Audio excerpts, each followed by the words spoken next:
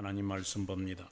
역대상 4장 1절부터 10절의 말씀까지 교독하겠습니다. 1절 제가 먼저 읽겠습니다.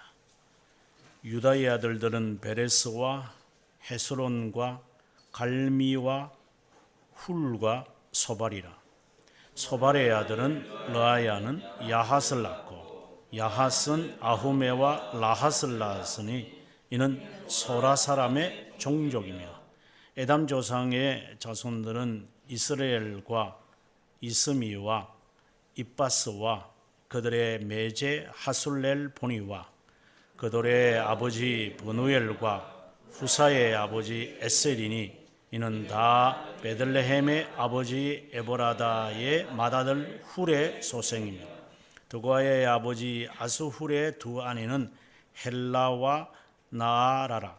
나아라는 그에게 아훗삼과 헤벨과 데므니와 하이하스다리를 낳아 주었으니 이는 나아라의 소생이요 헬라의 아들들은 세렉과 이소할과 에드난이며 고스는 아눕과 소베베와 하룸의 아들 아할헬 족속들을 낳았으며 야베스는 그의 형제보다 귀중한 자라. 그의 어머니가 이름하여 이르되 야베스라 하였으니 이는 내가 수고로 인하였다 함이었더라.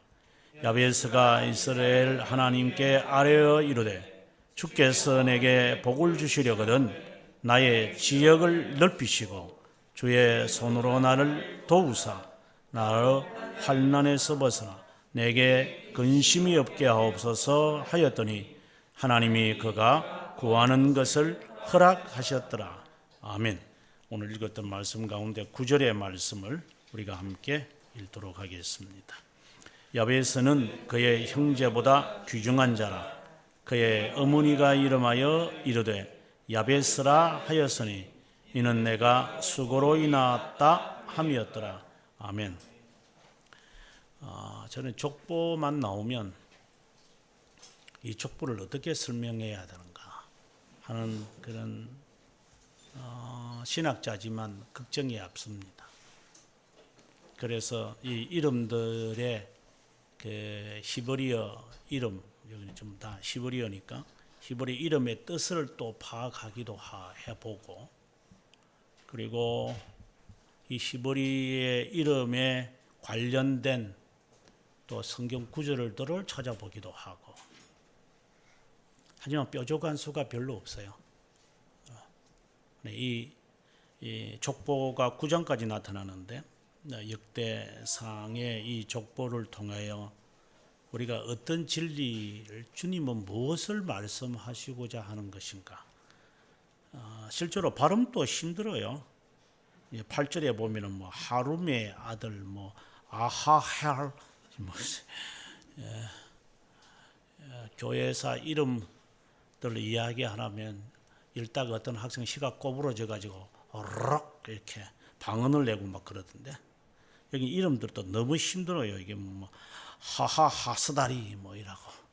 이거는 그래도 삼성이 없어서 다행이지, 삼성까지 있는 방금 읽었던 아하헬 뭐 이라면은 이게 제대로 맞는지도 모르겠어요. 왜 하나님은 이렇게 족보들을 이렇게 우리들에게 나열시키실까? 하나님의 의도가 뭘 것 같아요? 지난주 제가 설교에서 이런 말을 했어요. 역대기는 제2의 다윗을 말하고자 하는 거다. 이것은 예수 그리스도를 향하여 있는 거예요. 우리가 열왕기 상하를 다 읽고 설교하면서 느끼는 게 뭐냐면, 왕이 필요해서 왕을 달라고 해서 사울 왕부터 시작을 했는데, 그 왕들이 심지어 다윗까지도 그랬지만 다윗에게도 미치지 못하는 40명의 왕들을 봐요. 굉장히 실망적이죠.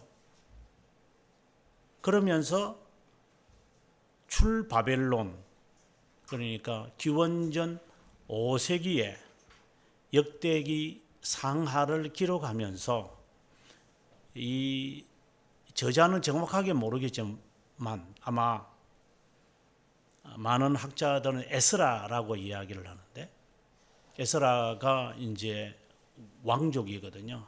왕족으로서 이제 바벨론 70년 포로 생활을 할 때에 3만여 명을 데리고 이렇게 귀국하는 사람, 그 사람이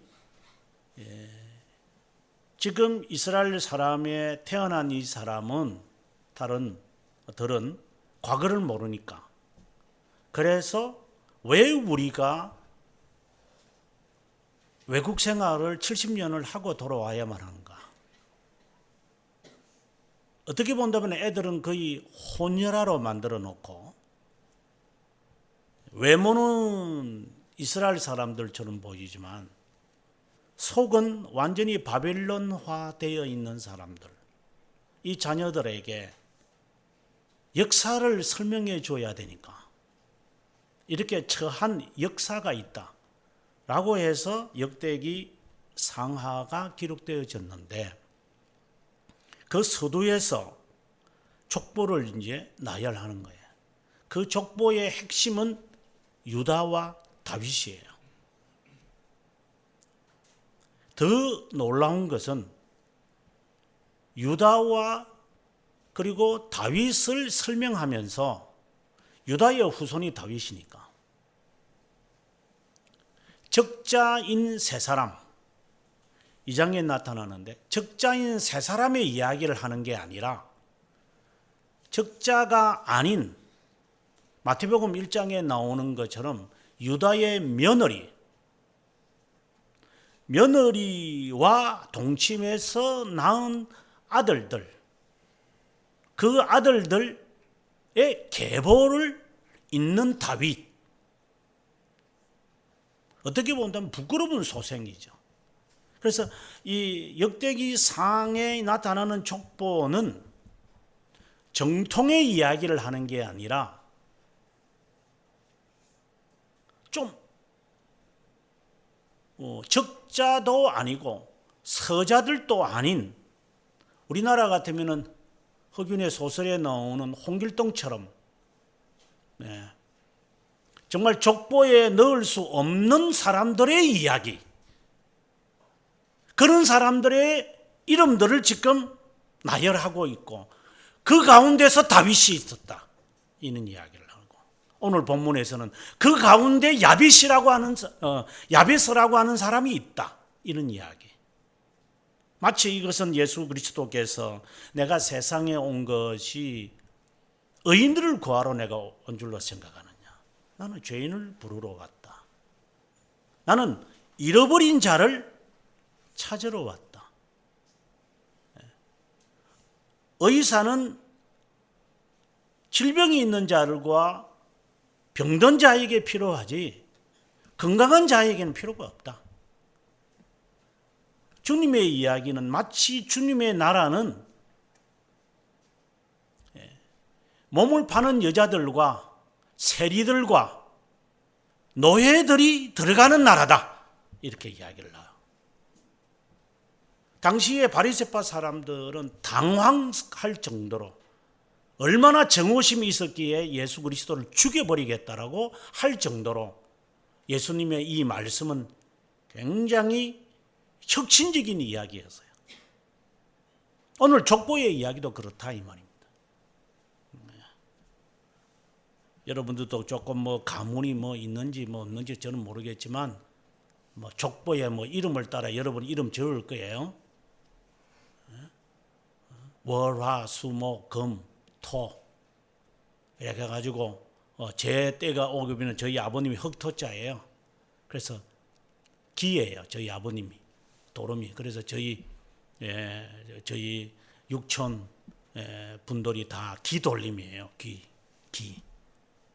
그러면 저는 이제 다룰 자가 되어 가지고 이제 용자가 돼야 돼요. 근데 우리 아버님이 예수를 안 믿었는데 이름을 파기시키신 것 같아요. 점쟁이한테 가가지고 이름 짓는 장명하는 사람한테 가서 이름을 바꿔버린 것. 그런 면에서 저는 우리 아버님이 선택된 자다 생각이 들어요. 족보를 끊어버려야 되겠다는 생각이. 족보 이름 따라 해서 무엇이 되는 게 있어요. 심지어 더 나아가서 우리나라는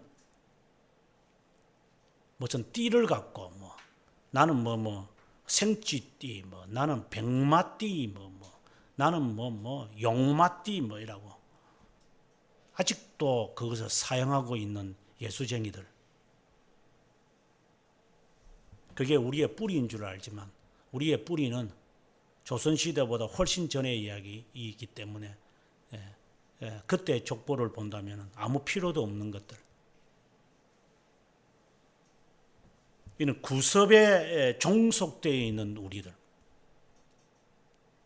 전라도가 어떻느니 경상도가 어떻느니라고 하는 말을 함부로 사용하는 예수쟁이들.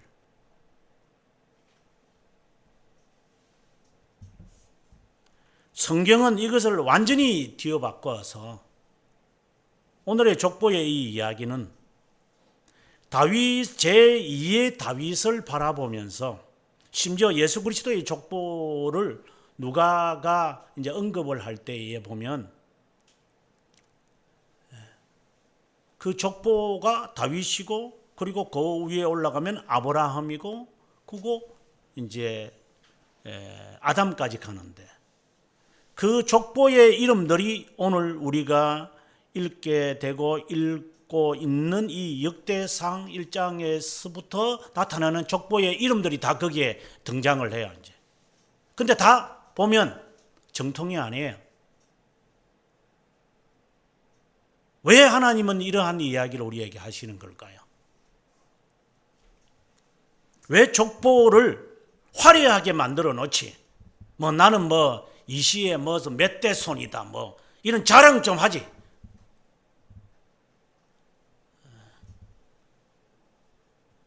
다윗의 그 조상 가운데 라합이라는 사람이 있는데 기생이 출신이에요. 성경은 여과 없이 기생 출신이다 라고 이야기를 해요. 야곱의 12 가운데서 네 번째 아들이었던 다윗이 지 며느리하고 썸을 타가지고 낳은 소생, 그 소생의 아들이 후손이 다윗이다. 예수 그리스도다. 물론 예수 그리스도는 성령으로 잉태되셨지만 이름만 이제 거기에 올린 것이겠지만 어쨌든 그렇게 여과 없이 왜 성경이 그렇게 말할까요? 1차적인 의미는 헛된 족보 이야기 좀 하지 말라고. 골로새서에 보면 족보 이야기 좀 하지 말라. 아마 성경에 기록되어질 때에 사람들이 그것을 많이 자랑했겠는 거예요. 사도 바울도 하는 말이야. 족보 한번 이야기해 볼까?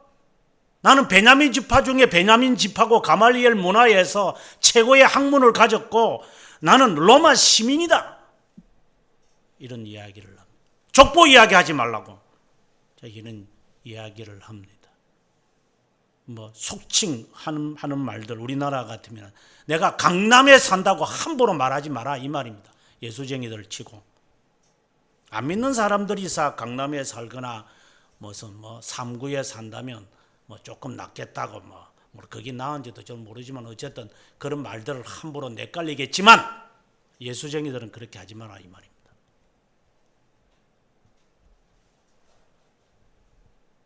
그것은 아마 1차적인 이야기 같아요. 2차적인 이야기에서 이 족보를 읽다가 느껴지는 것은 앞에서 이야기해왔던 열왕기 상하에서 말했던 그 정통의 이야기들, 그것보다는 소자들의 이야기를 지금 하고 있는 거예요. 예를 들면 오늘 보면 4장 1절에 보면 유다의 아들들 베레스다 이렇게 말했거든요. 근데 2장 3절에 보면 유다의 아들을 지금 5명을 말하고 있는데 에르와 오난과 셀라가 세 사람, 이게 정통이에요. 이게 이제 정실에서 나온 아들이에요. 그런데 4절에 가보면 2장 4절에 유다의 며느리 다말이 유다에게서 베레스와 세라를 낳았다. 바로 그 베레스가 오늘 본문에 나오는 베레스예요. 베레스와 세라를 낳았는데 그 베레스의 아들들이 5절에 보면 베레스의 아들은 헤스론과 하물인데 그 가운데 베레스가 나온 거예요. 4장 1절에 이제. 그러니까 이게 제대로 된 아들은 아니에요. 우리가 지금까지 이 사람이 있었는지도 모를 정도로 창세기에 보면 그냥 단순히 베레스 이름도 나오지 않을 정도로 관심도 없는 사람. 그런데 그 베레스가 넷째 아들인데 그 베레스의 아들이 헤스론과 갈미와 훌과 소발이 있는 거예요. 그 막내 또 그것도 그 다음에 2절에 가보면 막내 소발의 아들의 이야기를 하는 거예요. 또 아니 헤스론의 이야기 좀 하면 좋을 텐데 헤스론은 3장에서 이야기했던 것이고 이제 여기서는 소발의 이야기를 하는 거예요. 그리고 또 3절에 가보게 되어지면은 소발의 아들이에요. 이 사람은 소발의 아들의 또 이야기를 하고 있고 그리고 이제 5절부터 4절부터 보게 되면 버누엘이라고 하는 사람이 나오는데 버누엘은 또 소발의 5번째 아들이에요. 에셀은 또 6번째 아들이에요. 그리고 5절에 가보게 되어지면 아수르의 두 아내가 헬라와 나라고 나오는데 이거는 또 소발의 삼촌이에요. 아니 좀 그래도 첫째 이야기 하든가 좀 막내 이야기를 지금 하고 있거든. 성경은 지금 뭘 말하려고 할까요? 그리고 난 다음에 갑자기 9절에 가가지고 아니 도대체 유다의 후손인 것은 맞는 것 같은데 야베스는 또 어미가 누구고 아버지가 누군지도 잘 모르겠어. 어느 날 갑자기 그냥 하늘에서 뚝 떨어진 그 사람처럼 야베스의 기도의 이야기가 나오고 그래서 2000년도에 그 브루스 윌슨이라고 하는 사람이 쓴 책이 있어요. 야베스의 기도라고 이래가지고 그 시리즈거든요. 그 책들이 있어요. 그래가지고 한국 사람도 또 많이 읽으세요. 또 그것도 사달라 이래가지고 제가 또 한국에 사가지고 또 미국까지 가져갔네요. 야베스의 요 기도가 그렇게 좋다는 거예요. 정말 좋아요. 야베스의 기도가 이루어지기를 바랍니다. 무슨 야베스의 기도가 이루어진다는 거예요? 야베스의 기도 자체가 비난을 받아야 할 것은 아니에요. 이 기도 내용은 정말 좋은 거예요. 하지만 브루스가 쓴 그 책의 내용은 잘못된 거예요. 역사성도 없고 성경적이지도 않고 지가 하고 싶은 맘만 그냥 쓴 거예요. 오늘 본문에 있는 이 내용의 말씀과는 전혀 상관없는 혼자 생각을 한 것을 그 사람들이 그렇게 온 세상 사람들이 심지어 뉴욕 타임즈까지 나와서요. 하나님의 의도는 전혀 상관하지 않고 인간들이 만들어낸 가상적 우상, 가상세계를 사람들은 좋아하는 것 같아요. 요즘에 SF 영화들을 좋아하는 거나 하도 사람들이 이제 안 보니까 이제 마블 형태를 만들어 가지고 이제는 한꺼번에 그냥 아이언맨, 밴맨, 하여간 고양이 여자부터 시작을 해가 엉텅 다 나와 가지고 이제 해도 사람들이 이제 관심이 없으니까 이제는 무슨 주제로 영화를 만드는지 모르겠어요. 다 가상 세계들. 게임도 그렇고 다 가상적인 것들. 그러다 보니까 야베스의 기도도 왜곡시켜 가지고 가상적인 복받는 이야기, 이 기도의 내용이 무엇인지도 모르면서 제가 처음에 한국에 와가지고 목적이 이끄는 삶이라고 하는 책 비판하니까 사람들이 그거 막 교회마다 지금 다 하고 있다고 그러더라고요. 그래서 제 친구 교수가 목회하는 교회에 가서 설교를 하는데 그 책을 그걸 하고 있대요. 그 책 갖고 지금 설교하고 있대요. 이 못된 것들이. 하나님의 말씀보다도 이 만든 이 책의 내용을 가지고 설교를 삼는 자들이 한국 교회에 거기에 제외된 사람이 몇 명이나 될 것 같아요. 가짜 배기들. 그 내용이 뭔지도 모르면서 목적이 있거나 삶이라고 하는 그 자체가 좋고 자기들의 가상적인 신앙을 설정해 놓고 실제가 아닌 가상적인 복 받는 이 이야기 그거 좋아가지고 한국 교회에 거의 한 수십만 권이 팔려가요. 아마 그 출판사는 돈 벌었죠.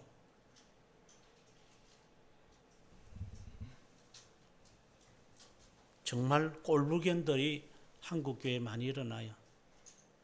야베스 기도의 내용의 핵심이 뭘까요?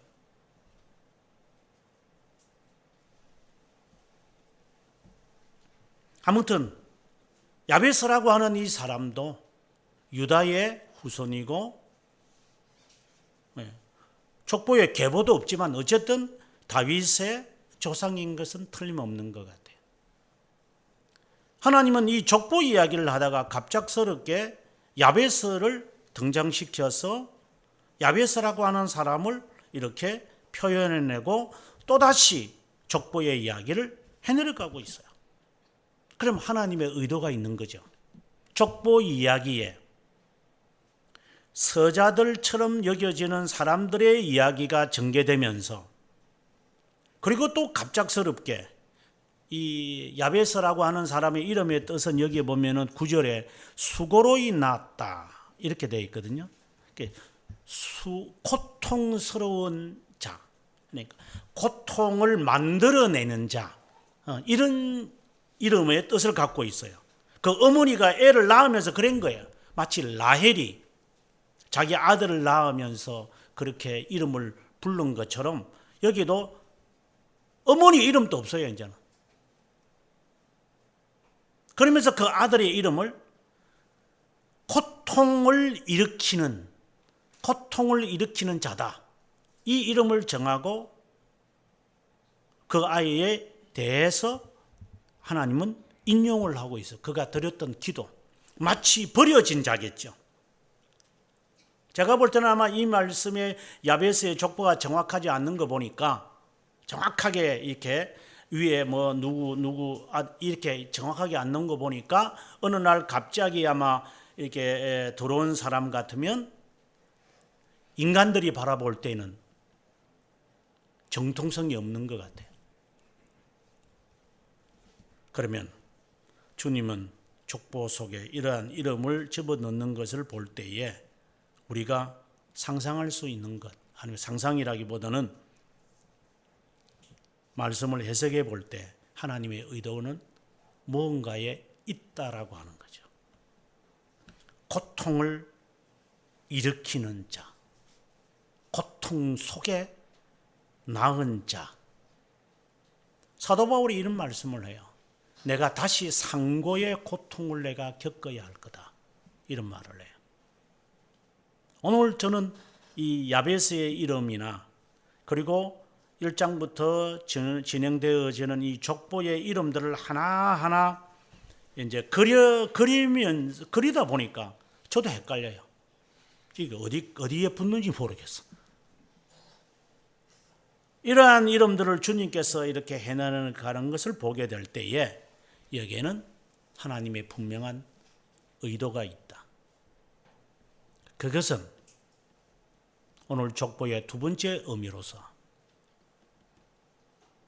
인간이 상상하지 못하는 하나의 하나님의 백성의 행렬이 있다라고 하는 사실입니다.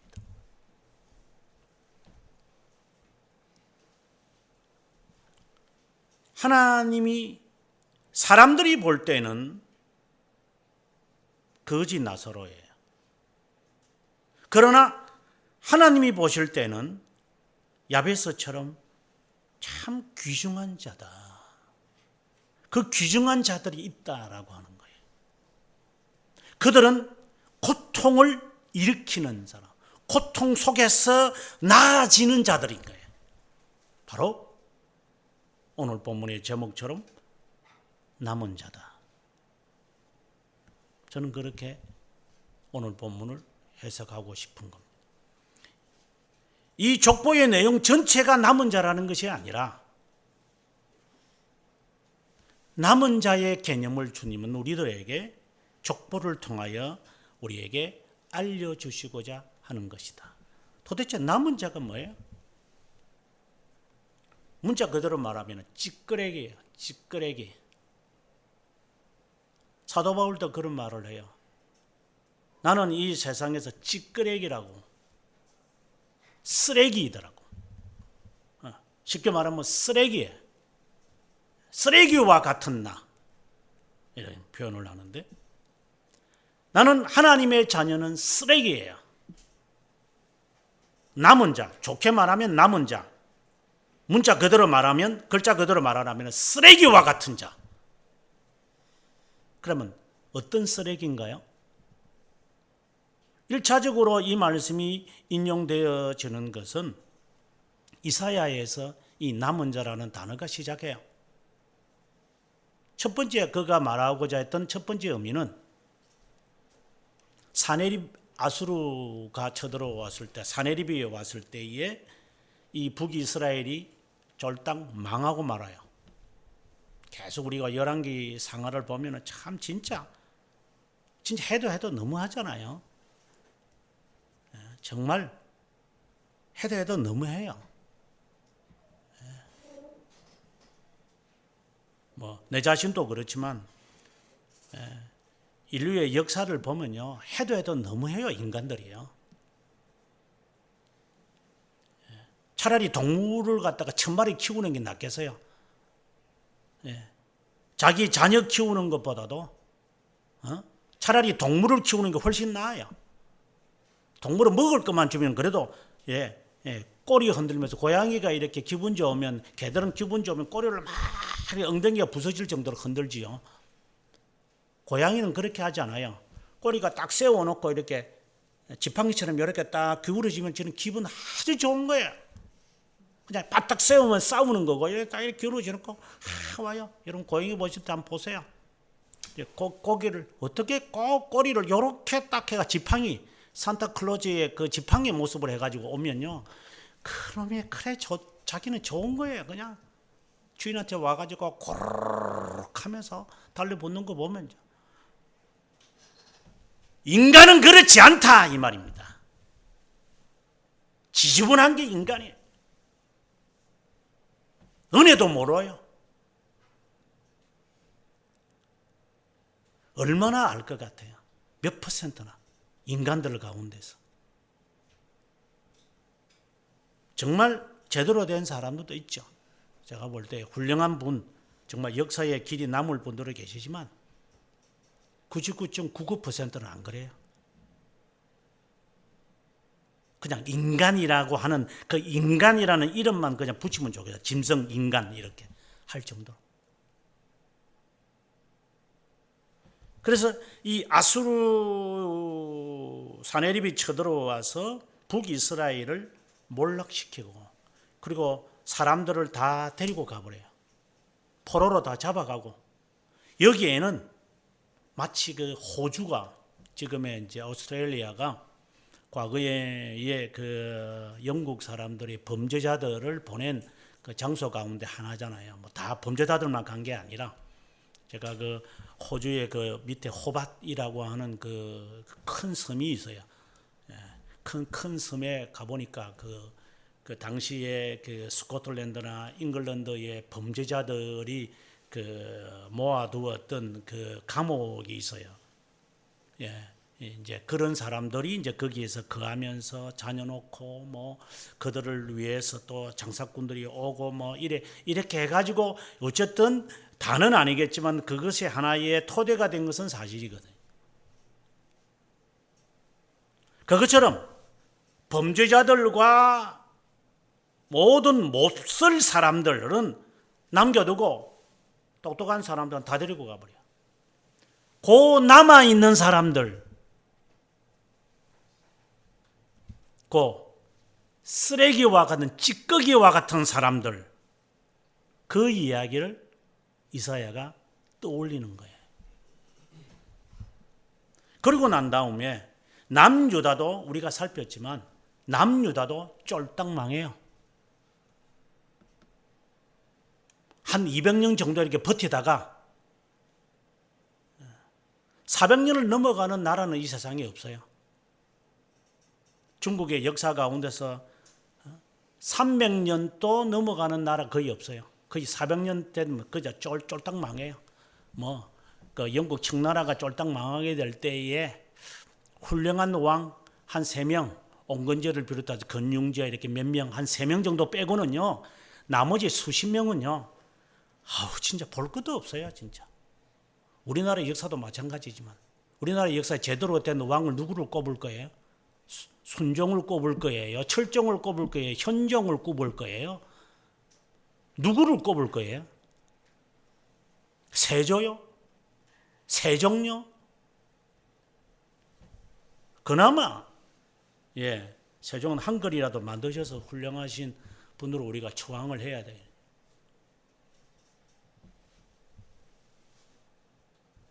아무튼 200년이 지나고 난 다음에 586년에 기원전 남유다도 쫄딱 망해요. 그리고 그들 가운데서 똑똑한 애들을 다 데리고 가고 쓸데없는 사람들 다 남겨놓은 것이 남유다의 상황이었어요. 그 남은 자, 찌꺼기. 그리고 70년 포로 생활을 바벨론의 지금의 이란 지역이겠지만 그 지역에 70년 동안 실컷 포로 생활을 하다가 처음에 간 사람들은 다 죽어버리고 이세들이 있는 그 사람들 가운데서 이제 사이프러스가 성경에는 고레스라고 했는데 고레스가 돌아가라. 자기가 돌아가라고 하나님의 은혜를 받아서 한 것은 아니고 그가 볼 때 그는 그 조로아스터 교회 출신이기 때문에 조로아스터 교회 출신에 의하면 그들의 사상에 의하면 그 지역에 있는 사람들을 존중해야 되기 때문에 이렇게 다 모아두고 있으면 이 도시가 이 바벨론 도시가 이게 말이 안 되니까 다 흩어버려야 되겠다. 이래서 정책상으로 돌아가라고 했기 때문에 이제는 돌아가야 되겠다. 하여튼 때가 70년 포로 생활이 끝났을 때 그래서 이스라엘 사람들 가운데서 자 에스라 성경에는 스룹바벨이라고 되어 있는 에스라와 같은 스룹바벨과 같은 사람들이 돌아가자. 이래서 따라오는 사람 한 만 몇천 명. 그 사람들이 남은 자. 그 남은 자라고 하는 사람들. 살아남아 있는 사람들. 어떻게 본다면 생존한 사람들. 파리 침공을 해가지고 히틀러가 파리를 점령을 해서 3년 이상을 하게 될 때에 유태인들이 파리 시민 가운데 유태인들이 전부 지하도로 다 들어가 버리거든. 그래서 그들이 3년 이상을 지내요. 한 5만 명 정도가 있었다고 추산을 하는데 3년 이상을 그들은 이 하수구에서 살아 햇빛을 보지도 못하고 그러고 난 다음에 이제 45년에 전쟁이 끝나고 난 다음에 이제 나오는 거 보니까 한 3만 몇천 명이 살아남는 거예요. 나머지는 그 쓰레기 그 속에서 그 하수구에서 다 썩어 죽은 거죠.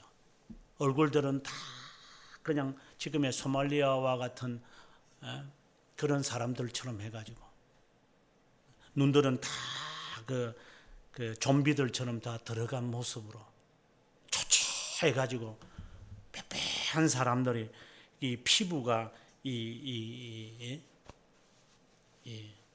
뼈에 붙은 사람들이 이렇게 살아나오는 사람들처럼 그런 사람들이 남은 자인 거죠. 살아남는 거죠.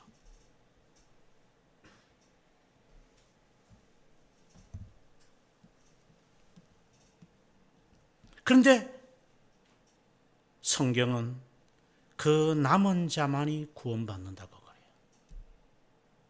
그래요. 이것이 역사적 병이고 그런 속에서 살아남은 자만 구원받을 거다. 이 말을 하는 거예요. 신약 성경에 오게 되어지면 사도 바울이 로마서 오늘 제가 오늘의 말씀에 인용했는데 11장 5절에 보면은 남은 자가 있다. 지금도 남은 자가 있다. 이런 말을 해요. 지금도 남은 자가 있다. 그리고 사도 요한이 기록한 요한계시록 12장에 보게 되어지면은 남은 자손이 있다. 이렇게. 결국 남은 자만 구원받아야. 그러면 내가 남은 자인가? 우리 서로를 살펴야 됩니다. 남은 자가 구원받을 거니까.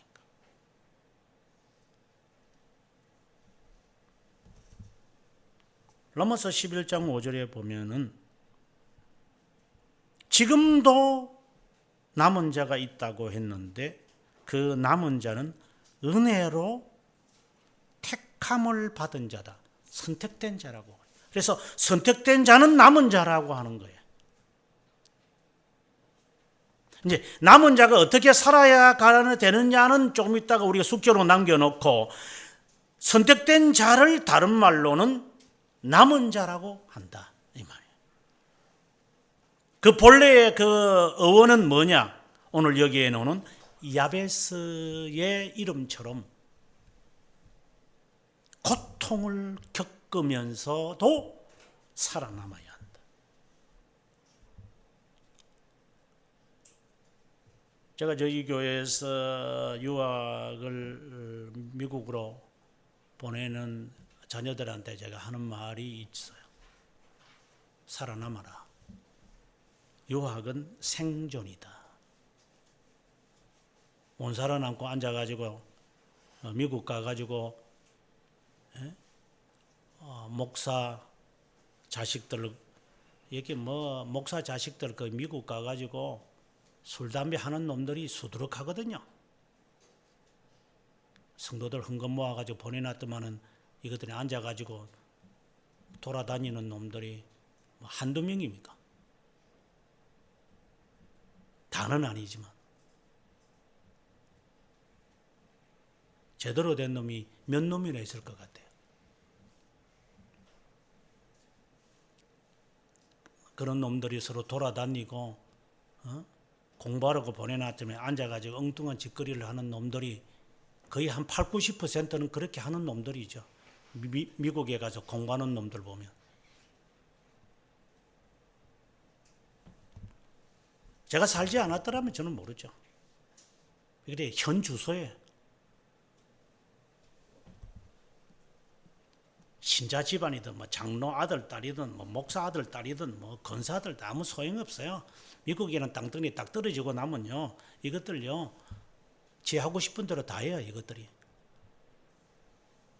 한국에 있을 때 어떻게 신앙 훈련 받았는지 저는 모르죠. 지 자식이나 제대로 키우지.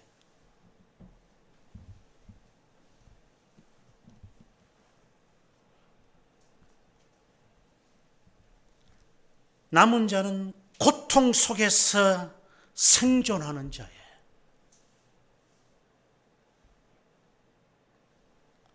그리고 더 나아가서 계시록 12장을 보면은 남은 자손은 뭐라고 하느냐면 남은 자는 하나님의 계명을 지키며 예수의 증거를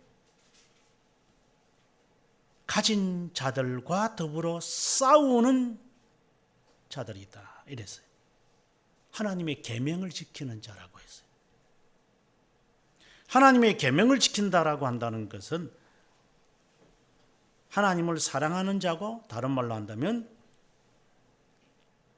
성령이 내주하심을 갖는 자예요. 그리고 예수의 증거를 가진 자라고 했으니 사도 바울이 이런 말을 하거든요.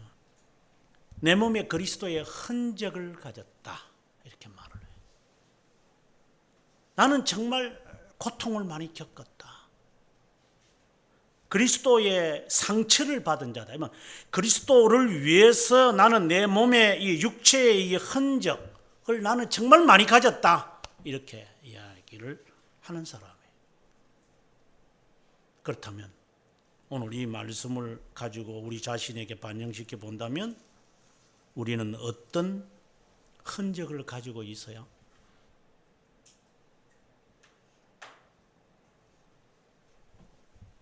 저 사람은 천국에 갈 것 같다고 생각하는 사람이 있습니까? 저는 그 사람은 지옥 갈 사람입니다.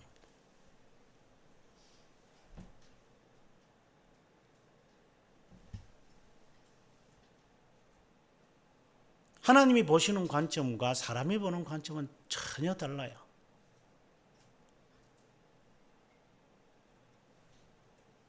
우리말에는 사람이 되려면 떡잎부터 한다 그래요. 그 말도 틀린 말은 아닌 것 같아요. 저도 교육의 일을 하면서 느끼는 게 있어요. 애가 처음부터 뭐 똑똑하든 안 똑똑하든 그건 중요한 게 아닌 것 같아요. 어릴 때 어릴 때 다 천재 아닌 아이들이 어디 있어요? 다 똑똑하게 다 보이고 부모가 볼 때는 다 그 눈에 집어넣어도 안 아픈 애들이니까 다 똑똑해요. 다 천재예요. 다 신동이고 다 그래요. 다들 애들이. 신동을 아직까지 우리가 보지를 못해서 이제 그렇겠지만.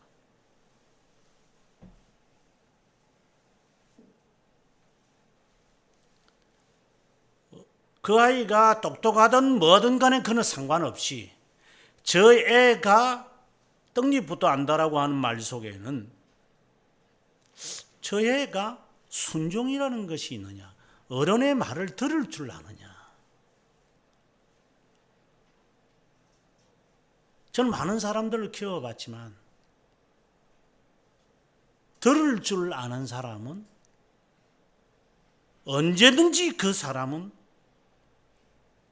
화려하게 꼽힐 수 있어요. 들을 줄 모르고 순종이 없는 사람들, 개뿔나게 지 잘난 맛에 살아가는 사람들이 거의 대부분이지만 왜 하나님께서 순종이 제사보다 낫다고 하셨을까? 세상에 지난주도 그런 말 했지만 세상에 똑똑한 사람, 기라성 같은 사람 많아요. 제가 박사 학위를 받고 이제 학술원에 등록을 하는데 저 나름대로는 똑똑해서 이제 받았다고 착각 속에 이제 빠지고 등록을 하는데 1년에 신학 박사 다른 거 빼고 신학 박사가 등록하는 사람, 신학 박사로 등록하는 사람이 한 50명씩 돼요. 지금은 더 많아졌겠죠. 그래서 교수협의회라든가 이렇게 신학 교수 이렇게 모임들에 가보면요, 신학과 교수로서 신학 현장에서 가르치고 있는 이 선후배들 다 통틀으면은 한 250명이 모여요. 완전히 착각 속에 빠지죠, 제가. 나름대로 열심히 해서 올라갔는데 벌써 위에 있는 사람들이 250명이 자리 차지하고 있어요. 도토리 기적이에요.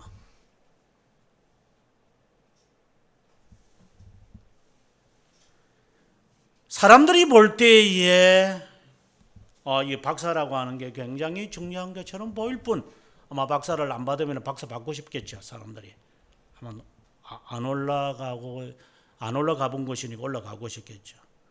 아무것도 없어요.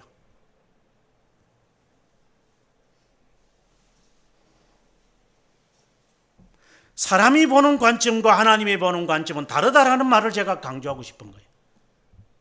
하나님이 보시는 관점은 없는 사람을 택하여 있는 사람을 부끄럽게 하는 관점이에요. 가난한 자를 택하여서 부한 자를 부끄럽게 하시는 게 하나님의 섭리예요. 미련한 자를 택해서 똑똑한 자를 부끄럽게 하는 게 하나님의 섭리예요. 이게 하나님의 의도예요. 오늘 그 의도가 오늘 본문에 나타나는 거예요. 다윗 훌륭한 사람 다윗이지만 다윗과 같은 사람이 한 명도 없었지만 그 다윗의 족보가 다윗에 의해서 혈통에 따라서 예수 그리스도가 나왔지만 그 혈통으로 육신으로 혈통으로 보면 좋은 혈통이 아니다. 인간들이 바라볼 때의 좋은 혈통,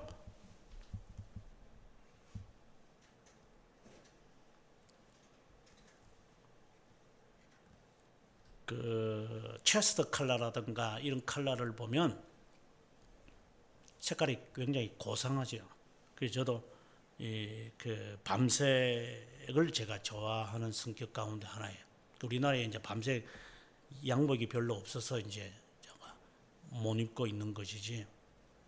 밤색 아마 유행이 되면 제가 밤색 옷을 제일 먼저 사 입을 것 같아요.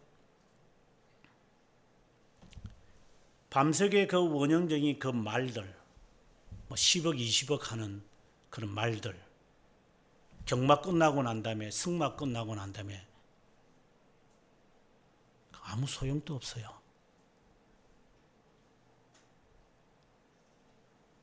부족간에 들어가지도 못해요. 맛이 없어서.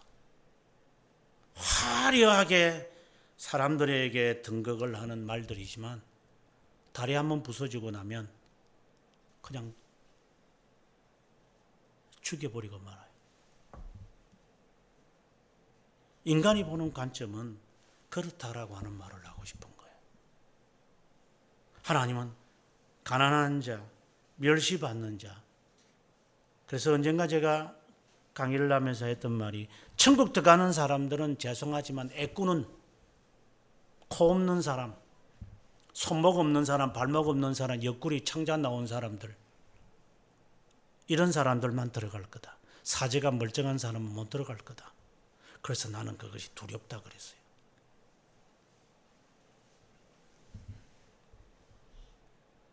왜? 나 먼저만 구원받을 거니까. 하나님의 은혜로만 살아가는 자들만 구원받을 거니까. 당시의 종교인들, 바리새파들, 대제사장들, 율법사들 하나님은 저주하셨거든요. 지금 같으면 신학자들, 목사들, 교회 장로들 다 저주받아야 할 대상이었죠. 물론 그 가운데서 아리마대와 같은 니고데모와 같은 훌륭한 사람은 있었죠. 그러나 대부분은 안 그랬죠. 그런데 신분이 남은 자를 만들겠어요? 내가 그러면 나는 새방에 살고 지하실에 사니까 나는 남은 자겠네? 천만에 너는 여전히 교만한 자라면 너는 남은 자가 아니죠. 어떤 사람들은 그 무지한 사람 가운데서 무대뽀인 사람들이 있잖아요. 몰라도 아는 체 하는 사람들이 있어요. 그런 사람들을 가르쳐서 남은 자라고 하지는 않아요. 육신적으로 살아남는다고 해서 의지가 강한 자가 남은 자라고 하는 것도 아니에요. 하나님 보는 관점은 그런 것이 아니니까 그래요. 그 남은 자의 성격을 앞서도 잠깐 말씀을 드렸다시피 로마서 11장 5절에 은혜로 택함을 받은 사람, 요한계시록 12장의 말씀처럼 하나님의 계명을 지키는 사람, 그리고 예수의 증거를 가진 사람, 이런 사람들, 믿음의 증거를 가지고 있는 사람들, 이런 사람들이 남은 자예요. 그게 지위가 그 교수 신학자든 목사든 그는 상관없이 그 마음을 가지고 있다면 그 사람은 남은 자예요. 오늘 본문에서는 더 정확하게 야베스의 기도를 통하여 남은 자의 네 가지 특성을 우리는 알 수가 있어요. 첫 번째, 주께서 내게 복을 주시려거든 이렇게 말을 해요. 복이 어디서부터 나온다는 거예요? 하나님으로부터. 이는 분명히 알고 있어요. 남은 자의 첫 번째 성격, 하나님으로부터 오는구나. 이건 아브라함의 신앙을 말을 해요. 복의 근원이 누구냐라고 하는 것은 창세기 12장에서 잘 말하고 있어요. 하나님으로부터 온다. 하나님이 문을 열지 않으면 그럼 복이 아니라 쌓아두는 것이라도 저주일 뿐이에요. 최근에 높은 빌딩에 많은 사람들이 좋아해서 불나고 나니까 그걸 어떻게 하죠 이제? 저 100층짜리 아파트 저 수십억인데 부산에 가보면 광안리 아파트에 큰 높은 빌딩들이 있어요. 보면 진짜 맞춤류가 따로 없을 정도로 멋있어요. 불이 안 나기를 바라겠지만 그는 누구도 장담할 수 없다면 불이 나면 어떻게 해요? 극단적인 이야기로 평가할 수는 없겠지만 복이 어디서부터 오는 거예요? 하나님으로부터. 하나님이 허락하시지 않으면 그것은 나에게 천만금이 있어도 그것은 나에게 독이 되는 것이다. 어떤 일이든 하나님의 말씀을 따라 순종하지 않는 것은 그런 해가 된다라고 하는 신앙을 갖고 있는 남은 자.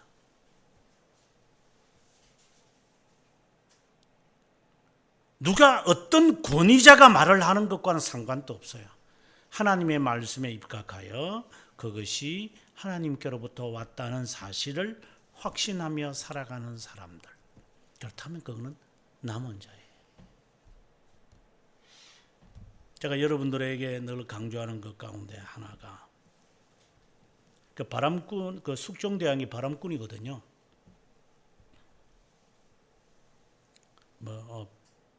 바람꾼이 아닌 왕은 거의 없지만 우리나라에 대부분이 바람꾼이지만 특별히 숙종은 좀 더 그랬던가 봐요.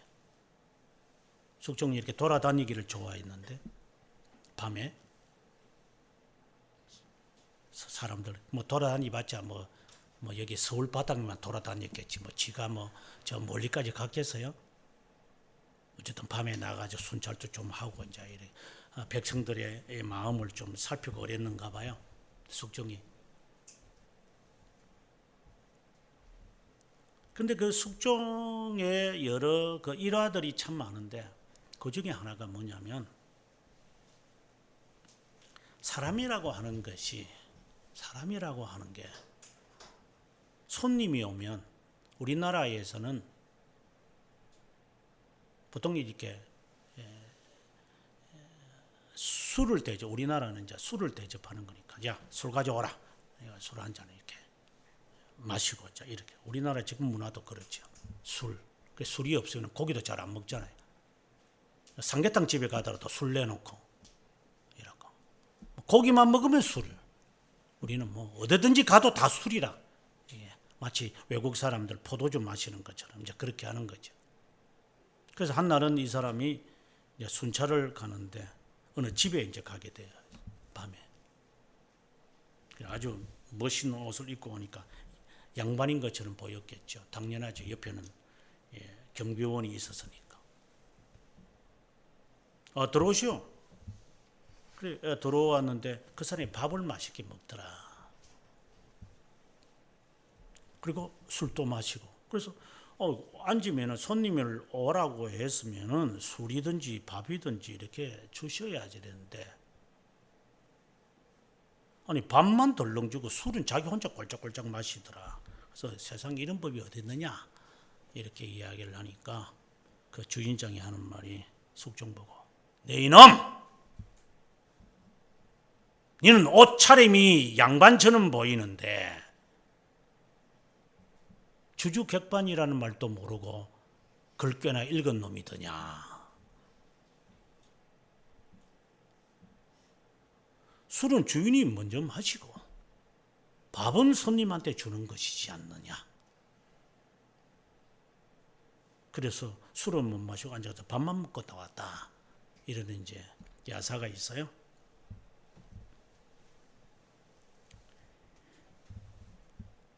사람이라는 것이 뭐 그걸 가지고 다 평가는 못하겠지만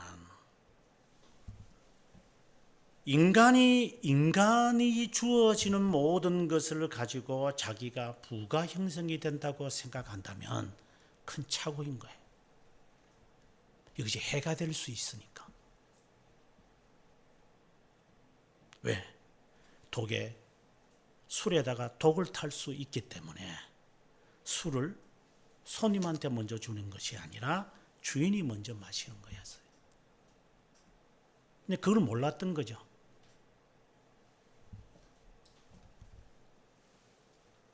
복은 하나님께로부터 온다는 것.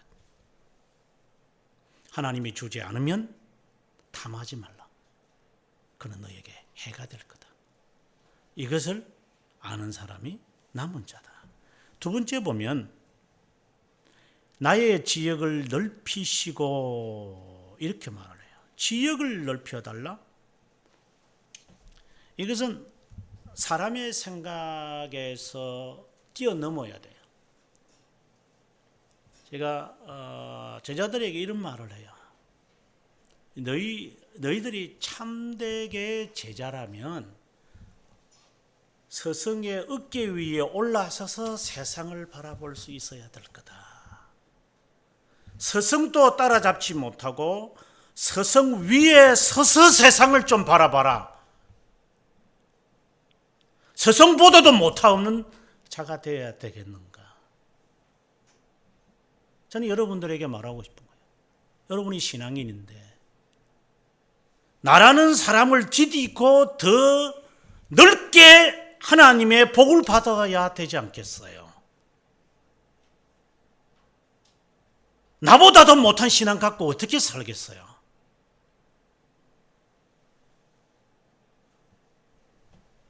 그러면 이 목회가 무슨 재미로 살아요?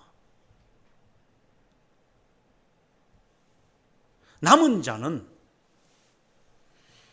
하나님 오늘만 바라보고 지금만 만족하는 게 아니라 시야를 넓게 해주세요 라고 하는 거예요. 지 형편 흙수저라고 해서 불평을 하는 게 아니라 내 꼴이 이런 꼴이니까 아이고 그만두겠다 하지 마라. 하나님 지역을 넓혀 주십시오. 그렇다 교회를 크게 만들어가지고 서울 지역이 다 우리 교회다 이래가 서울교회, 이 온 천지가 다 우리 교회니까 온누리교회 뭐 이라고 그런 망상을 가지지 말고 자기가 주어져 있는 것에 만족을 하는 것이지 그것과 오늘의 이 말씀하고 무슨 상관이 있어? 이것은 시야를 말하는 거예요. 이 괴로움은 조금 있으면 끝날 거다. 이 끝나고 난 다음에 너가 무엇을 해야 되는지. 지금 제가 가끔씩 여러분들에게 하는 이야기지만 저희 지금 이제 중학생 저 꼬마가 부모 곁을 떠나는 거 3년 남았어요.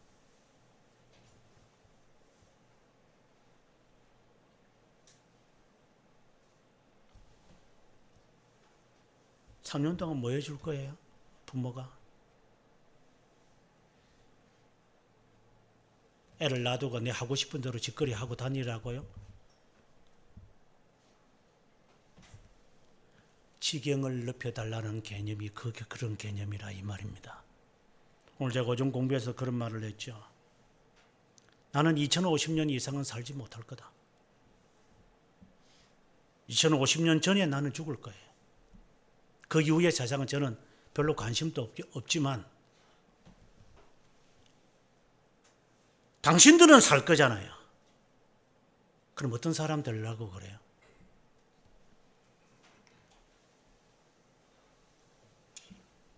왜 그 지경을, 그 시대를 보지 못해요? 이후의 삶을 보지 못해요? 왜 이 제한된 시간 속에서만 살아요? 영원한 세상은 왜 보지 못하는 거예요? 영원 속에 창조되어진 이 시간, 그 이후에 영원한 이 세상을 보게 해달라고 이 남은 자였던 야베스가 하는 기도예요. 장석골이 하는 것처럼 돈 많이 달라고 하는 게 아니라 땅 많이 사게 해달라고, 부동산 넓히게 하게 해달라는 이런 돈벌이를 하게 해달라고 하나님이 하는 기도가 아니라,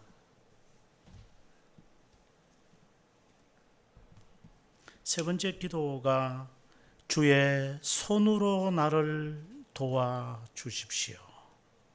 이런 모세의 기도예요.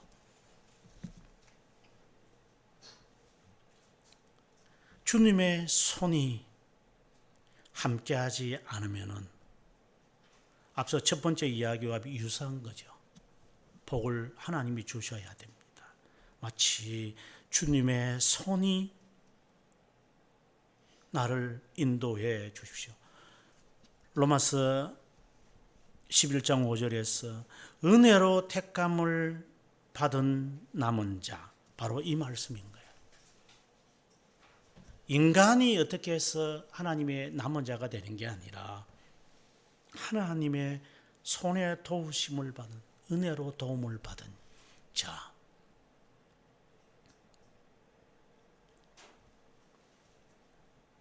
사람의 도움을 받으려고 하지 않는 자. 마지막 네 번째가 나로 환난에서 벗어나 근심이 없게 하십시오.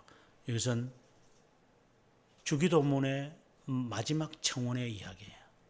죄에 빠지지 않게 해주시고, 그리고 유혹에서 벗어나게 해 주십시오. 수많은 유혹들을 우리는 받을 거예요. 복이다, 여기에 권력이 있다, 그리고 쉽다. 벗어나게 해 주십시오, 하나님. 남은 자에. 그런 가운데 그 사람은 고통을 겪을 거예요. 염려 가운데 있는 것은 사실상 염려할 필요도 없지만,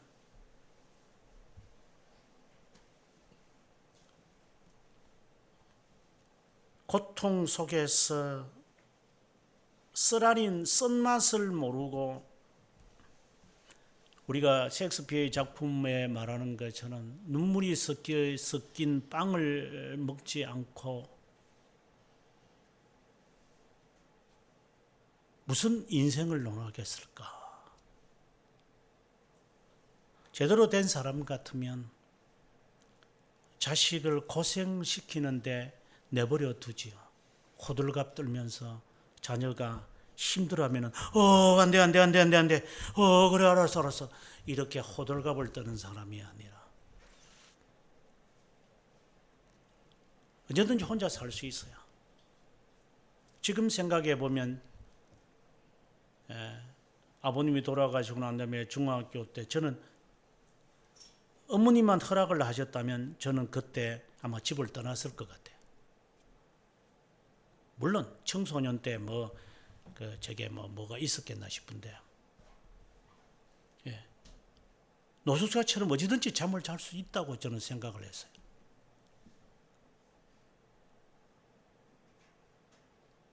고생을 낙으로 삼을 수 있는 사람, 호들갑을 떠는 사람이 아니라 가난이 뭔지를 아는 사람,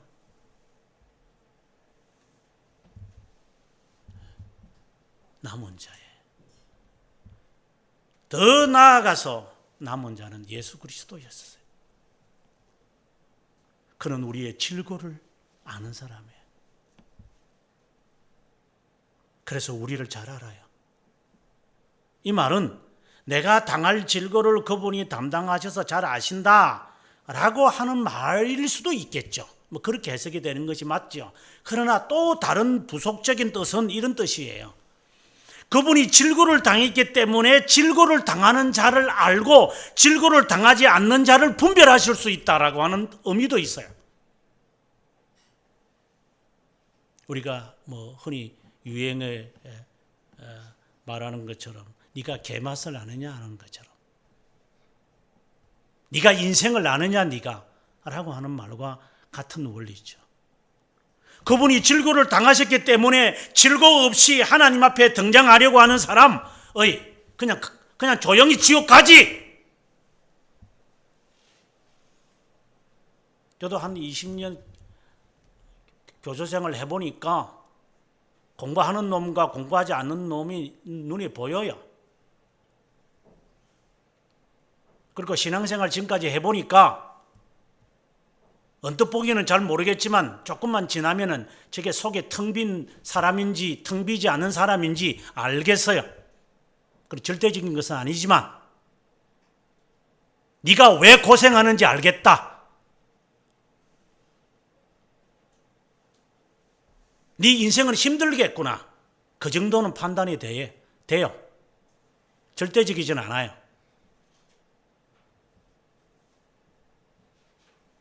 니는 가짜 베개겠구나. 니는 가짜 지도자겠구나.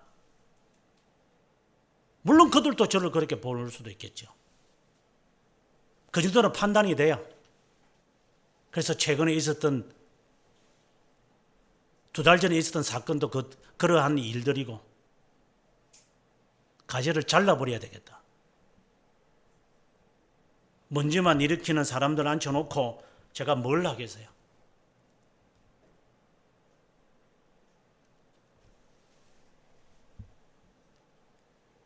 절대적이지 않기 때문에 실수할 수도 있었겠지만 그가 남은 자라면 어딘가 비비고 살겠죠.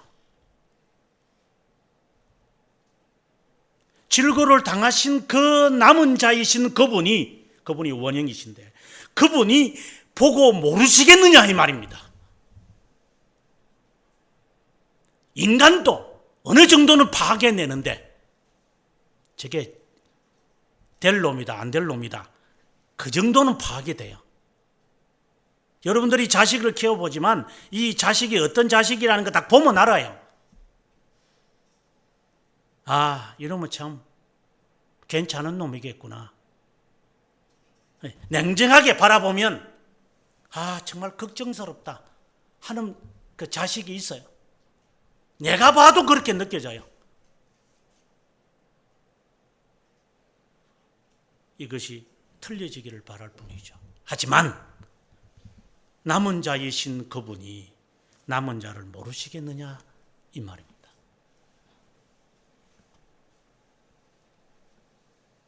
수많은 유혹을 받으면서도 고통을 겪으면서도 이기게 해 주십시오. 이것이 진정한 남은 자가 아닌가. 자기 부인을 하는 사람. 이러한 기도가 야베스의 입을 통하여 주님이 우리에게 하시는 말이에요. 남은 자가 되어라. 살아남아라.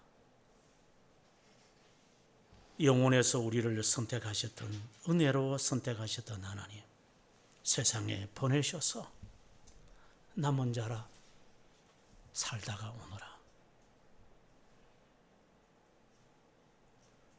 그분이 세상에 오셔서 인간이 되신 것처럼 한번 하나님의 자녀로서 세상에 한번 고생 한번 해봐라. 하지만 하나님은 저 살아남을게요. 그래, 살아남아라. 그 자들만 구원받을 거예요. 그러면 내가 그런 사람인가요? 지금 살아남고 있는 생존하는 사람입니까? 자신에게 질문하십시오. 대강대강 살아가는 사람입니까? 풍문으로 들어서 하며 사는 겁니까? 신자로서 어떻게 살아가야 된다는 좌표와 그리고 좌우명이 분명히 서 있습니까? 세상 사람들한테 잘 보이기 위한 그런 신앙을 할 겁니까? 쟤도 군사가 됐네. 나도 한번 군사 같은 거 한번 해볼까? 그런 군사질 해가지고 뭐 할 겁니까? 그런 목사질 해가지고 뭐 할 겁니까?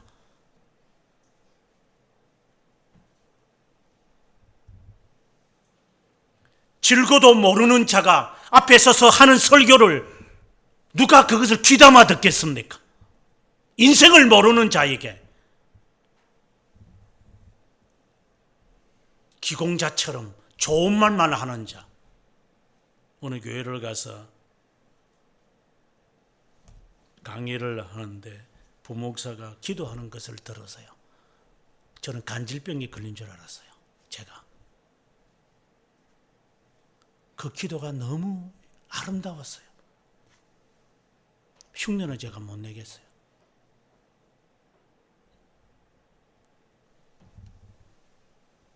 환상을 가지며 기도하는 내용.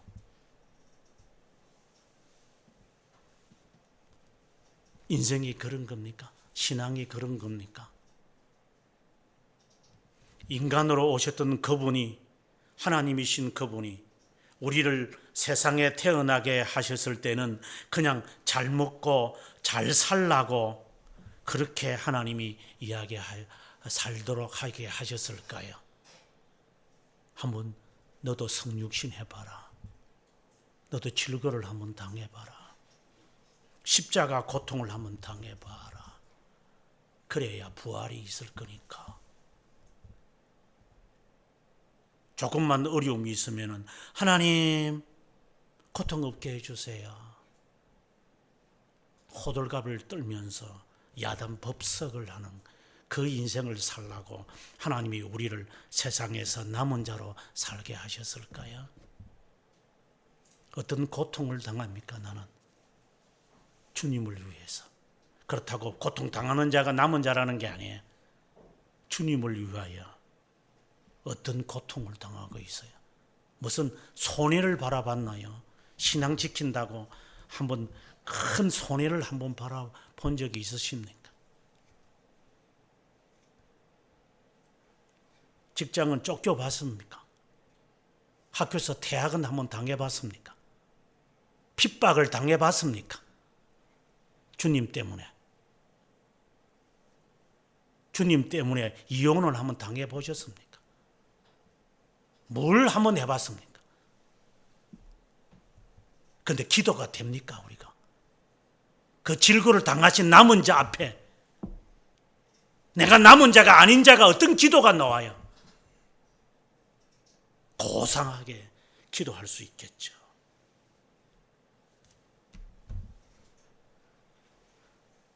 왜 성경이 우리들에게 남은 자만 구원받는다고 했을까요?